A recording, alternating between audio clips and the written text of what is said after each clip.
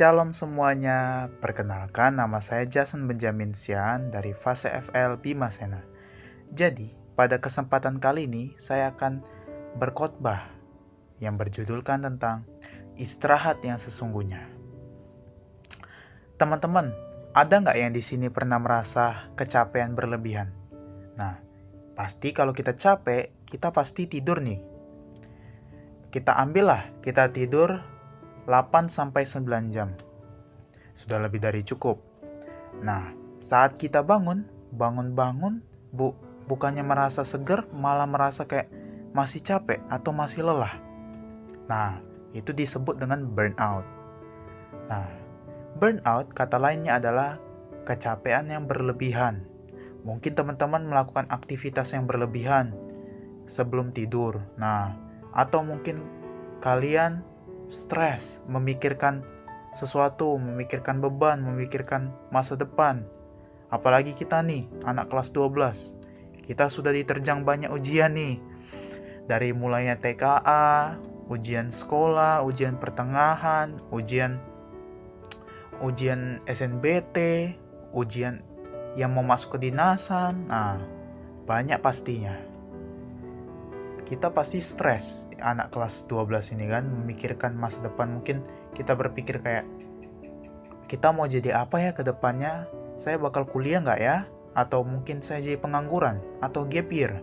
Nah, itu balik lagi kepada rencana masing-masing. Nah, saya membawa satu ayat Alkitab yang cocok untuk kita yang lagi berbeban berat atau yang lagi letih, lagi capek. Nah, teman-teman, mari kita buka ayat Alkitab kita pada Matius 11 ayat 28. Mari kita bacakan. Marilah kepadaku semua yang letih lesu dan berbeban berat.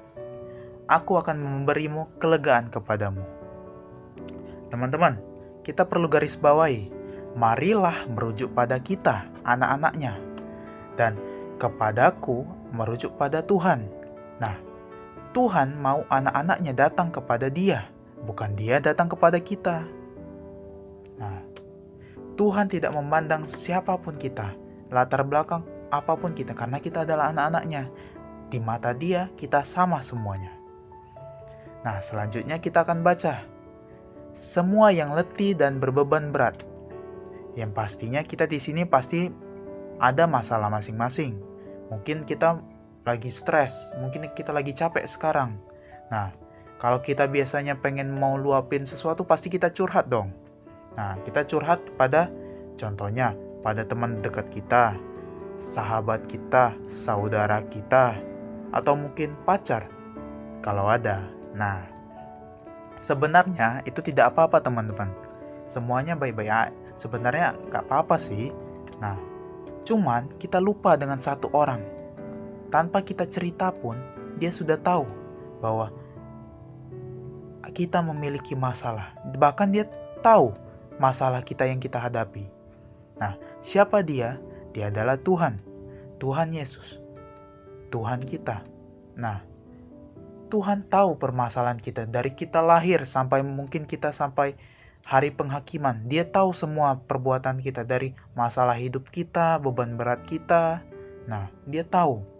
Tapi teman-teman pernah gak sih mungkin bercerita pada dia atau curhat selayaknya kayak teman sendiri atau sahabat sendiri? Pasti kita sering curhat atau cerita pada Tuhan. Tapi kan kita dalam doa. Mungkin kita lagi doa bangun tidur, doa makan, doa mau tidur. Nah, bukan itu teman-teman. Yang saya maksud itu benar-benar bercerita kepada Tuhan. Seperti yang di ayat di Alkitab yang diajarkan, kunci kamarmu dan berdoalah sungguh-sungguh kepada Dia. Nah, pada saat berdoa sungguh-sungguh itu, kalian coba ceritakan segala permasalahan kalian. Baik itu masalah mungkin masa depan kalian, baik itu masalah pribadi kalian dengan mungkin pacar kalian, atau masalah dengan orang tua. Nah, coba kalian ceritakan, pasti ada kelegaan di dalam hati kita. Nah, selanjutnya kita akan baca nih. Aku akan memberimu kelegaan kepadamu. Nah, seperti yang saya bilang, Dia ini sudah memberikan tempat untuk kita bercerita.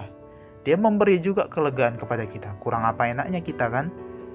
Nah, kita ambillah perumpamaan. Contoh, kita mau mendaki gunung nih. Kita membawa ransel yang beratnya 50 kilo. Nah, pas pertengahan jalan, kita udah merasa kayak, aduh capek kali, tidak mampu. Kaki udah mulai bergetar, tangan udah mulai keringatan. Nah, tiba-tiba ada orang lewat, nawarin kita. Karena lihat kita terlalu mungkin kayak kecapean banget atau mau jatuh.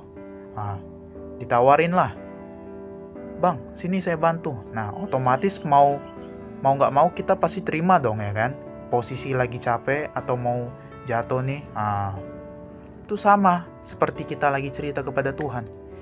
Kita ini nggak boleh mengharapkan pada diri kita sendiri, apalagi mengharapkan pada manusia. Itu sangat salah. Kita boleh berharap pada Tuhan. Kita sangat berharap pada Tuhan.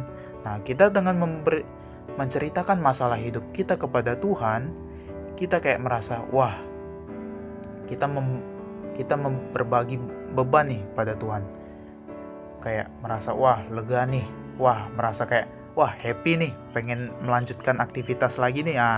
Seperti itu teman-teman perumpamaannya. Bagaimana sih supaya bisa lebih dekat lagi kepada Tuhan?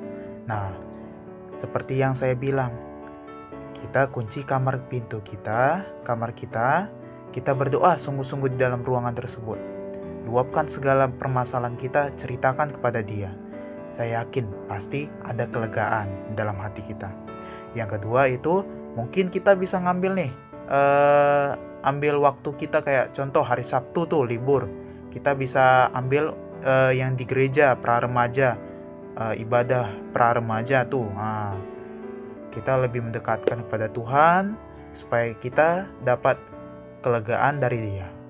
Mungkin itu saja sih khotbah yang bisa saya sampaikan. Semoga khotbah yang saya sampaikan ini bermanfaat bagi teman-teman sekalian semua. Terima kasih yang sudah mau mendengar. Shalom buat kita semua. Tuhan Yesus memberkati.